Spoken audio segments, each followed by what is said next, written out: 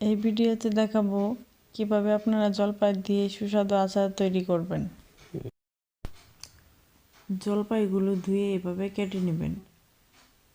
এরপরে শুকনো মরিচগুলো ভাজতে হবে। এরপর পাঁচফোড়নগুলো ভেজে নেবেন। ভাজার পরে শুকনো মরিচ এবং পাঁচফোড়ন গুঁড়ো করে নেবেন।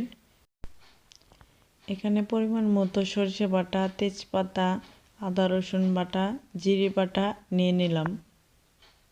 একটি পাত্রে তেল গরম করে নিতে হবে। এখানে কয়েকটা রসুনের কোয়া ঢেলে দিলাম।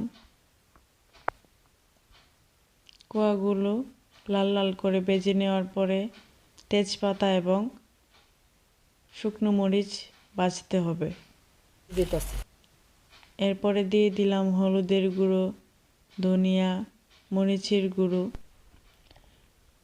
সরিষা বাটা দিয়ে দিলাম এবং পরিমাণ মতো লবণ দিতে হবে।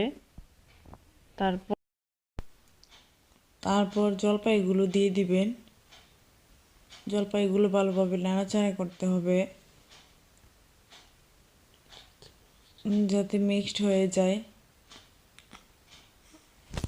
এরপর হালকা সিদ্ধ করার জন্য জলপাইগুলো সিদ্ধ করার জন্য ডেকে নিতে হবে। জলপাইগুলো সিদ্ধ হয়ে গেলে পরিমাণ মতো চিনি দিয়ে দিবেন। তারপরে হালকা তাপ দিতে হবে যাতে চিনিটা গলে যায়।